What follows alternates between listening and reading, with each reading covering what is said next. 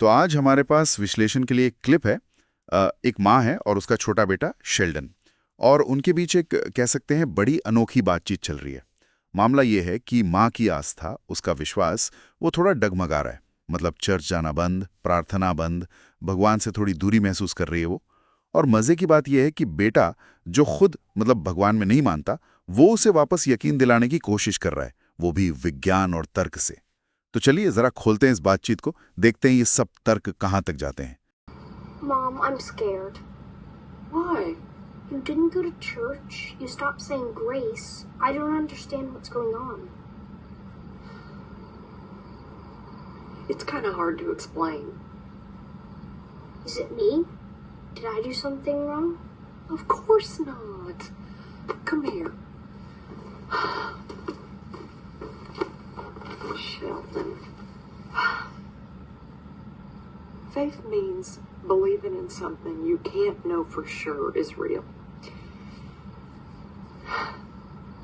And right now, I am struggling with that. So you don't believe in God anymore? That isn't something for you to worry about. I need to figure this out myself. Can I help? Maybe I could provide a fresh perspective.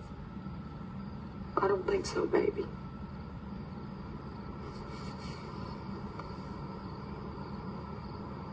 Did you know that if gravity were slightly more powerful, the universe would collapse into a ball? I did not. Also, if gravity were slightly less powerful, the universe would fly apart and there'd be no stars or planets. Where are you going with this, Sheldon? तो Sheldon शुरू करता है गुरुत्वाकर्षण से, है ना। वो कहता है कि भाई ये जो गुरुत्वाकर्षण का बल है, ये इतना सटीक है कि अगर जरा सा, बिल्कुल जरा सा भी कम ज्यादा होता, तो या तो यूनिवर्स पूरा ढह जाता या एकदम बिखर जाता। मतलब तारे नहीं बनते, ग्रह नहीं बनते, कुछ भी नहीं होता। ये पॉइंट तो सोचने वाला है सही में। हाँ बिल्कुल, ये जो तर्क है ना, ये असल में इशारा करता है फाइन ट्यूनिंग की तरफ। मतलब ब्रह्मांड का एकदम सटीक होना। ये एक बड़ा मुद्दा है दार्शनिक बहसों में। शेल्डन दरअसल ये कह रहा है कि ये सब अपने आप बस संयोग से हो गया, वो इसकी संभावना कितनी कम है। वो अनजाने में ही सही, पर एक बहुत गहरी बात छेड़ रहा है यहाँ, जिसे हम एंथ्रोपिक प्रिंसिपल से भी जोड़कर देखते हैं। अच्छा, और वो यही नहीं रुकता, उसका दूसरा पॉइंट भी विज्ञान से ही जुड़ा है। वो बात करता है इलेक्ट्रोमैग्नेटिक बल और मजबूत परमाणु बल की। कहता है कि इनके बीच का जो अनुपात है वो भी एकदम सटीक है। सिर्फ 1% का फर्क भी होता तो जीवन संभव ही नहीं होता। और फिर वही सवाल दोहराता है कि इसके सिर्फ संयोग होने की क्या संभावना है। Where are you going with this, Sheldon? It's just that gravity is precisely as strong as it needs to be. And if the ratio of the electromagnetic force to the strong force wasn't 1%, life wouldn't exist. What are the odds that would happen all by itself? Why are you trying to convince me to believe in God? You don't believe in God.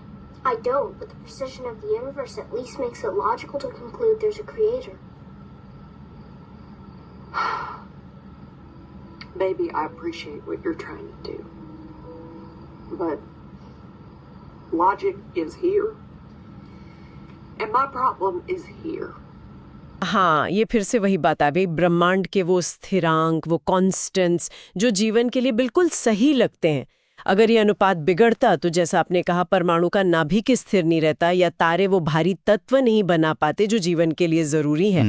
लेकिन यहाँ माँ का जो जवाब है वो बहुत जरूरी है। वो कहती है तर्क यहाँ है, अपने दिमाग की तरफ इशारा करके, और मेरी समस्या यहाँ है, अपने दिल की तरफ। हाँ, ये बहुत अहम बात है। ये दिखाता है कि उसका जो संघर्ष है वो दिमागी नहीं, वो भावनात्मक है। ये जो वैज्ञानिक तर्क हैं, चाहे कितने भी मजबूत क्यों ना लगे, वो उसके दिल तक, उसकी भावना तक नहीं पहुंच पा रहे हैं। बिल्कुल, और शायद यहीं पर शेल्डन को भी कुछ एहसास होता है। नहीं, क्योंकि इसके ठीक बाद वो अपनी रणनीति एकदम बदल देता है ना, विज्ञान को छोड़कर सीधा भावनाओं पर आ जाता है। बिल्कुल। Well, there are 5 billion people on this planet and you're the perfect mom for me. What are the odds of that?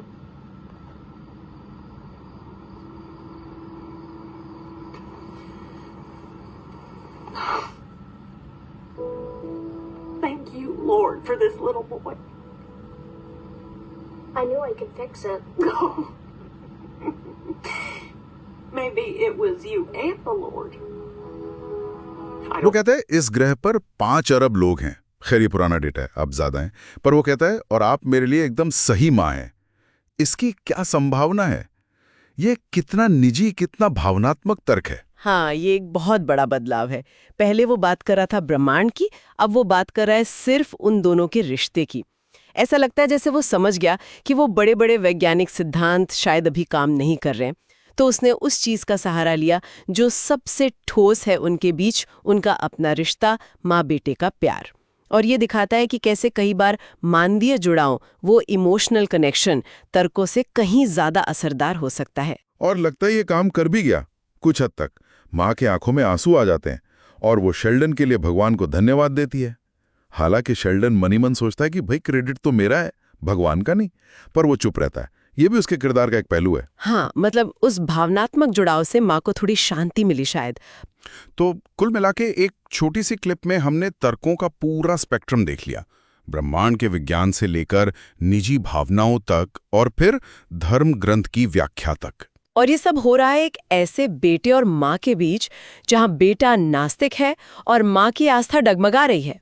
ये अपने आप में काफी दिलचस्प है। सच में ये क्लिप बहुत खूबसूरती से दिखाती है कि विश्वास और शक के मामलों में तर्क और भावना कितने गुंथे हुए होते हैं, और कैसे अलग अलग तरह के तर्क अलग अलग लोगों पर, या यूं कहें कि एक ही इंसान के दिमाग और दिल पर अलग अलग तरह से असर करते हैं।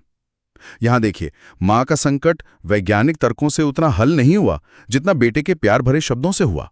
ये किसी भी बातचीत के लिए मतलब एक सबक जैसा है कि सामने वाले को समझना कितना जरूरी है। बिल्कुल,